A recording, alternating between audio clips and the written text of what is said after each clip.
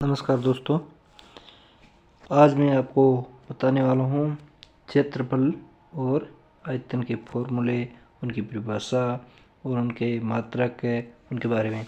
तो आप वीडियो को ज़्यादा से ज़्यादा लाइक, शेयर और सब्सक्राइब करें और वीडियो को एंड तक देखें। और जो चैनल पे पहली बार हैं वो एक बार चैनल को ज़रूर सब्सक्राइब कर लें और बेल आइकन का बटन दबा दें, जिससे जो भी मैं नए वीडियो अपलोड करूँगा उसकी नोटिफिकेशन आप तक पहुँच सके। तो क्षेत्रफल किसे कहते हैं? किसी आकृति की भुजाओं से घिरे हुए क्षेत्र या तल को उस आकृति का क्षेत्रफल कहते हैं। क्षेत्रफल की मानक इकाई वर्ग मीटर एमकेएस में होती है, वर्ग सेंटीमीटर सीजीएस में और वर्ग फीट होती है एफईएस में। एक वर्ग मीटर से तात्पर्य उस वर्ग या स्क्वायर के क्षेत्रफल से है जिसकी प्रत्येक भुजा की लंबाई 1 मीटर हो। कितनी? 1 मीटर। 1 वर्ग मीटर बराबर होता है 1 मीटर स्क्वायर या 1/1 बोलते हैं हमने। कभी कभी मीटर स्क्वायर की जगह है वर्ग मीटर की जगह मीटर स्क्वायर लिखते हैं।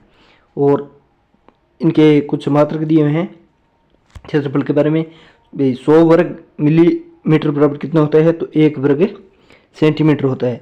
100 वर्ग सेंटीमीटर बराबर 1 वर्ग डेसीमीटर और 100 वर्ग डेसीमीटर बराबर 1 वर्ग मीटर और 100 वर्ग मीटर बराबर 1 वर्ग डेकामीटर और 100 वर्ग डेकामीटर बराबर 1 वर्ग हेक्टोमीटर। 100 वर्ग हेक्टोमीटर बराबर 1 वर्ग किलोमीटर। 1 वर्ग गज बराबर 9 वर्ग फीट और 1 वर्ग फीट बराबर है 144 वर्ग इंच। 2 फीट को 2 डैश से तथा 2 इंच को 2 डबल डैश से निरूपित करते हैं। 1 सेंटीमीटर बराबर होता है 1 वर्ग मीटर। 1 एयर बराबर होता है 100 वर्ग मीटर और 1 हेक्टर बराबर होता है 10,000 वर्ग मीटर और 1 एकड़ बराबर होता है 4,840 वर्ग गज। और आगे बात करते हैं अपने परिमाप की। परिमाप किसी आकृति की भुजाओं की लंबाई का योग या आकृति की सीमा की लंबाई को उस आकृति का परिमाप कहते हैं। परिमाप की मानक इकाई होती है मीटर में मीटर एमकेएस, सेंटीमीटर सीजीएस में और फीट होती है एफपीएस में।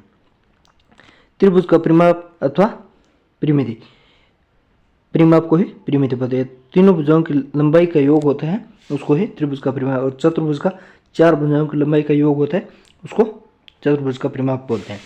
और लंबाई के मात्रक है, जैसे 10 मिलीमीटर बराबर कितना होता है? तो 1 सेंटीमीटर। 10 सेंटीमीटर बराबर 1 डेसीमीटर।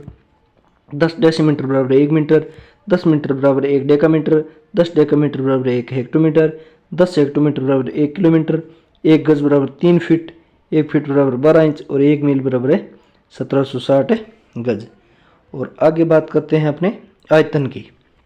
आयतन कोई वस्तु जितना स्थान घेरती है उस वस्तु का आयतन कहते हैं। जो स्थान घेरी वस्तु उसको उसका आयतन कहते हैं। आयतन की मानक इकाई घन मीटर एमकेएस में होती है, घन सेंटीमीटर सीजीएस में और घन फीट एफपीएस में होती है। 1 घन मीटर से तात्पर्य उस घन या क्यूब के आयतन से जिसकी प्रत्येक भुजा की लंबाई 1 मीटर है। तो इनकी 3 भुजा होती है घन में, तो आयतन में 3 होती है। ये घन उसी को बोलते हैं।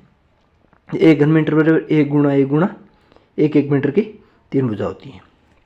तो आयतन के मात्रक दिए हैं 1000 घन मिलीमीटर बराबर 1 घन सेंटीमीटर होता है। 1000 घन सेंटीमीटर बराबर 1 घन डेसीमीटर। 1000 घन डेसीमीटर बराबर 1 घन मीटर और 1000 घन मीटर बराबर 1 घन डेकामीटर। 1000 घन डेकामीटर बराबर 1 घन हेक्टोमीटर और 1000 घन हेक्टोमीटर बराबर 1 घन किलोमीटर। 1 घन गज बराबर 27 घन फीट और 1 घन फीट बराबर होता है 1728 घन इंच। और इनके त्रिभुज प्रमुख सूत्र है त्रिभुज कैसे कहते हैं? 3 भुजाएं, ये 3 भुजाएं, इन तीनों भुजाओं से घिरी हुई बंद आकृति को ही त्रिभुज कहते हैं। और 3 इसमें कोण 3 होते हैं, 3 ही भुजा होती है त्रिभुज में। त्रिभुज का परिमाप होता है तीनों भुजाओं का योग और क्षेत्रफल होता है 1/2 गुणा आधार गुणा ऊंचाई। और समकोण त्रिभुज जिस त्रिभुज का एक कोण समकोण हो 90 डिग्री, एक कोण क्या हो 90 डिग्री का हो तो उसको कहते हैं समकोण त्रिभुज। और समकोण त्रिभुज सबसे बड़ी भुजा कर्ण कहलाती है और जो समकोण शीर्ष के सम्मुख भुजा होती है। समकोण त्रिभुज सबसे बड़ी भुजा का वर्ग अन्य 2 भुजाओं जैसे लंब और आधार के वर्गों के योग के बराबर होता है, तो कर्ण स्क्वायर बराबर लंब स्क्वायर प्लस आधार स्क्वायर। तो अगर सीधा कर्ण निकालना है तो कर्ण, ये तो कर्ण की स्क्वायर है, कर्ण निकालेंगे तो इसका रूट हो जाएगा लंब स्क्वायर प्लस आधार स्क्वायर। और आगे बात करते हैं अपने लंब स्क्वायर। लंब स्क्वायर तो कर्ण स्क्वायर माइनस आधार स्क्वायर, और अगर लंब निकालना है सीधा तो कर्ण स्क्वायर आधार स्क्वायर का रूट हो जाता है। आधार स्क्वायर निकालना है तो कर्ण स्क्वायर माइनस लंब स्क्वायर, और आधार निकालना है तो कर्ण स्क्वायर और लंब स्क्वायर का रूट हो जाता है, स्क्वायर हो जाता है। समकोण त्रिभुज का क्षेत्रफल 1/2 गुणा लंब इंटू आधार, और 1/2 लंब इंटू आधार क्या होता है, समकोण बनाने वाली भुजाओं का गुणनफल। और समकोण त्रिभुज का परिमाप तीनों भुजाओं का योग होता ही है। आयत किसे कहते हैं, आयत वह चतुर्भुज जिसके आमने सामने की भुजा क्या हो, बराबर हो, इनके आमने सामने की भुजा बराबर हो, और प्रत्येक कोण क्या हो, 90 डिग्री को, ये भी, ये और ये सभी कोण क्या हो, 90 डिग्री को आयत कहते हैं। आयत का क्षेत्रफल लंबाई गुणा चौड़ाई। आयत की लंबाई निकालनी है, अगर अपने को लंबाई निकालनी है, क्षेत्रफल दिया हो, चौड़ाई दिया है तो क्षेत्रफल बटे चौड़ाई। अगर चौड़ाई निकालनी है, क्षेत्रफल दिया है, लंबाई दी हुई है तो क्षेत्रफल बटे लंबाई। और परिमाप निकालना है 2 कोष्टक लंबाई प्लस चौड़ाई, इनका लंबाई और चौड़ाई का योग 2 गुना हो जाता है। आयत की लंबाई निकालनी है, परिमाप दिया है तो परिमाप बटे 2 माइनस चौड़ाई, और आयत की चौड़ाई निकालनी है तो परिमाप बटे 2 माइनस लंबाई। और आगे बात करते हैं वर्ग की। वर्ग एक वैसा चतुर्भुज जिसकी सभी भुजाएं बराबर हो, सभी भुजाएं क्या हो, बराबर हो, चारों भुजाएं बराबर हो, और प्रत्येक कोण 90 डिग्री का हो, प्रत्येक कोण 90 डिग्री का हो। और वर्ग की लंबाई क्या होती है, वर्ग की लंबाई ही वर्ग की चौड़ाई होती है।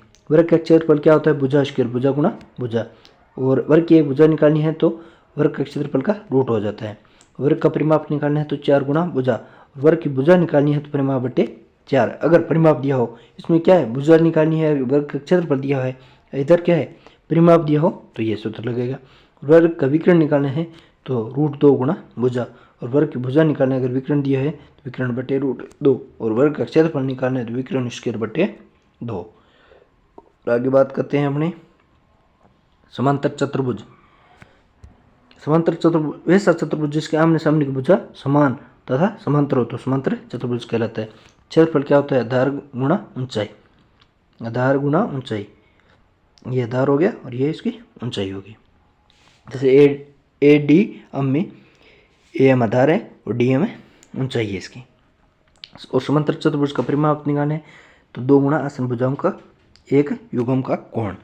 समांतर भुजों का आधार निकालना है, एक भुजा दी हो, क्षेत्रफल बटे ऊंचाई, क्षेत्रफल बटे ऊंचाई। और आगे अपने को दिया है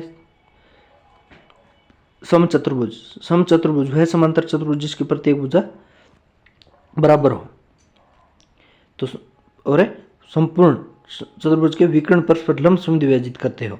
संपूर्ण समचतुर्भुज का क्षेत्रफल होता है आधार गुणा ऊंचाई, उसका क्या था, आधार गुणा ऊंचाई था, इसका भी आधार गुणा है, लेकिन इसमें क्या है, विकर्ण आपस में लंब समद्विभाजन करते हैं। और आधार समचतुर्भुज का आधार निकालना है या भुजा निकालनी है तो चतुर्भुज का समचतुर्भुज का क्षेत्रफल बटे ऊंचाई, अगर ऊंचाई निकालनी है क्षेत्रफल बटे आधार। और आगे बात करते हैं चतुर्भुज, इसका क्षेत्रफल ABCD का, तो ABCD का क्षेत्रफल प्लस BCD का, तो 1/2 गुणा गुणा विकर्णों समूह डाले गए लंबों का योगफल, इसका चतुर्भुज, इस चतुर्भुज का सूत्र है।